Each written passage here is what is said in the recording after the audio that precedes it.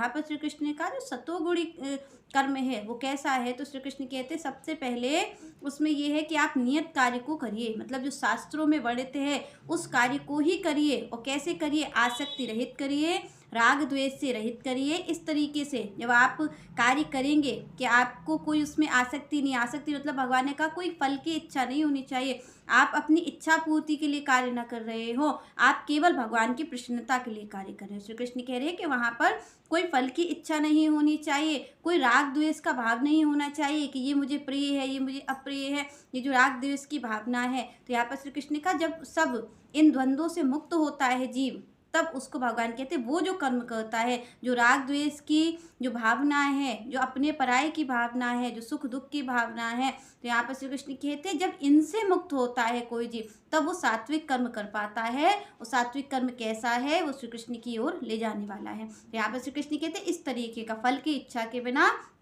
राग द्वेष की जो भावना है उससे रहित होकर के जब कोई कर्म करता है तो वो सात्विक कर्म होता है।